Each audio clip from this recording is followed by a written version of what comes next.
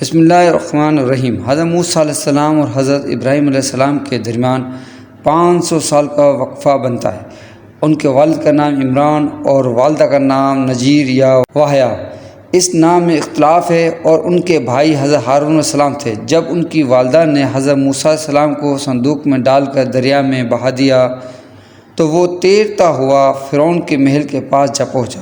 حضرت موسیٰ علیہ السلام کو درخت اور پانی کے درمیان پایا، اس کی وجہ سے اس کا نام موسیٰ رکھا گیا، کیونکہ تبتی زبان میں پانی کو منہ اور شجر کو سہا کہتے ہیں۔ حضرت یعقوب علیہ السلام اور ان کے 12 بیٹے جن کو بنی اسرائیل کہا جاتا ہے، جو حضرت یوسف علیہ السلام کی خواہش پر مصر آ گئے اور وہیں آباد ہو گئے۔ رفتہ رفتہ ان کی تعداد بڑھتی گئی اور وہ ایک بہت بڑا قبیلہ بن گیا۔ کئی صدیاں گزریں، ان میں سے بنی اسرائیل ایک قابل توجہ کی حیثیت سے ابھرا۔ ان کی تعداد تیزی سے بڑھنے لگی تو فرعون پریشان ہو گیا کہ یہ میری حکومت کے لیے خطرہ نہ بن جائے، تو اس نے بنی اسرائیل پر سختیاں کرنا شروع کر دیں اور طرح طرح کے بہانوں سے ان کے لیے مشکلات کھڑی کرنا شروع کر دیں۔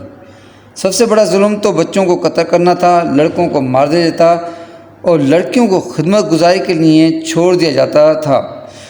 لڑکوں کو کیوں قتل کیا جاتا تھا؟ اس کی بہت بڑی وجہ تھی۔ کیا وجہ تھی؟ ابھی جا کر ہماری موسیٰ علیہ السلام کی پیدائش کی واقعہ ویڈیو دیکھیں۔ جب بچہ فرعون کے محل پہنچا اور بیوی کے اصرار پر بچے کو رکھنے کے لیے رضامند ہو گیا تو اب سب سے بڑا مسئلہ یہ بن گیا کہ بچے کا رونا بند نہیں ہو رہا تھا۔ اس لیے بہت سی عورتوں کو بلایا گیا اس بچے کو دودھ پلانے کے لیے، لیکن انہوں نے کسی کا دودھ نہ پیا۔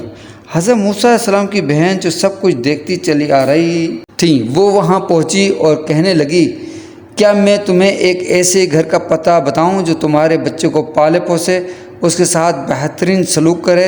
یہ کہہ کر وہ اپنی والدہ کو دربار میں لے آئیں۔ بچہ ماں کی گود میں جاتے ہی چپ ہو گیا اور وہ دودھ پینے لگا۔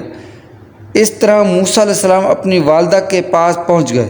جب حضرت موسیٰ علیہ السلام کی شیر خواہ کا زمانہ ختم ہو گیا تو ان کی والدہ ان کو فرعون کے محل میں چھوڑ آئی، جہاں فرعون کے خدمت گزار ہر وقت ان کی خدمت کے لیے کمر بستہ رہتے تھے۔